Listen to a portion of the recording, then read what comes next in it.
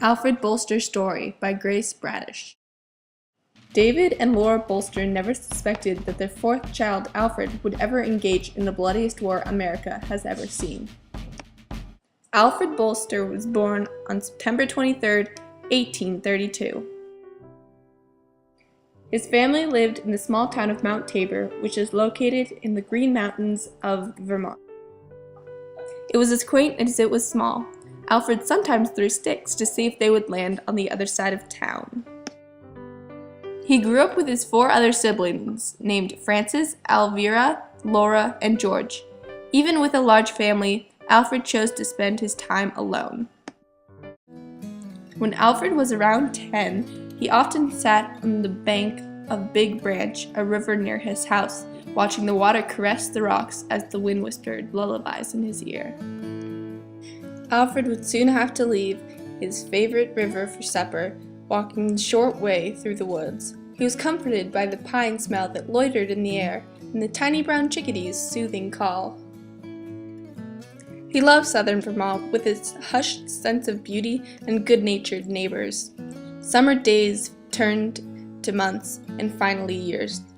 Alfred sprouted into a strong man who helped on his family's ever-growing farm.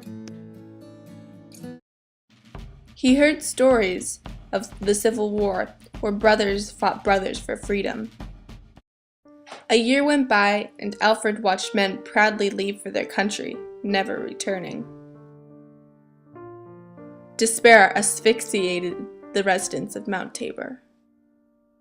The number of men enlisting dribbled to a stop, and Vermont towns were forced to create a bounty to lure men to war. Finally, Alfred reluctantly joined the army for the $300 bounty, oblivious to the atrocity of war. He was married at the time to Rosina, with their three children, Clarence, Frank, and Roslyn. Alfred kissed his wife and children goodbye, maybe for the last time. He headed off to war, becoming a private in the Vermont 16th Infantry, leaving his family behind. That's when his story began. All along the stone wall are dead or wounded soldiers, and in one place, where they are dressing the wounds, you can see with an opera glass the men taking up artilleries in a man's arm. It was the second day of the barbaric battle Gettysburg. Rebels' cannonballs soared over the 16th Infantry. Alfred Bolster snored loudly with the rest of the regiment, laying in the soft grass, surrounded with the noisy cannonade. The Union and Confederate cannons dulled, and shooting stopped altogether. Alfred yawned and rose. The smell of gunpowder lingered in the air. Soon other men stood.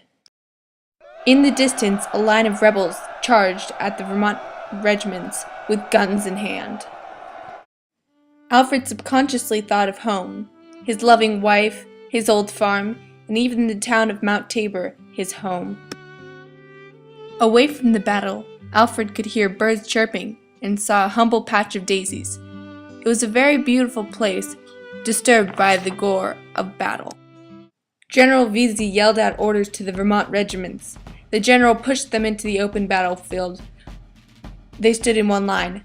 Alfred nervously sweat and twitched as they swung out like a hinge. Shooting started instantaneously, and the right flank of the rebels was unprotected.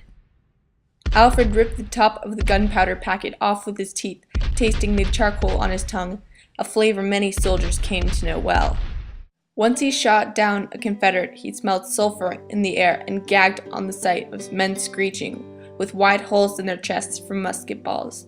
The remaining rebels ran, retreating up a knoll. The Union soldiers whooped with joy. The Confederates would soon be finished.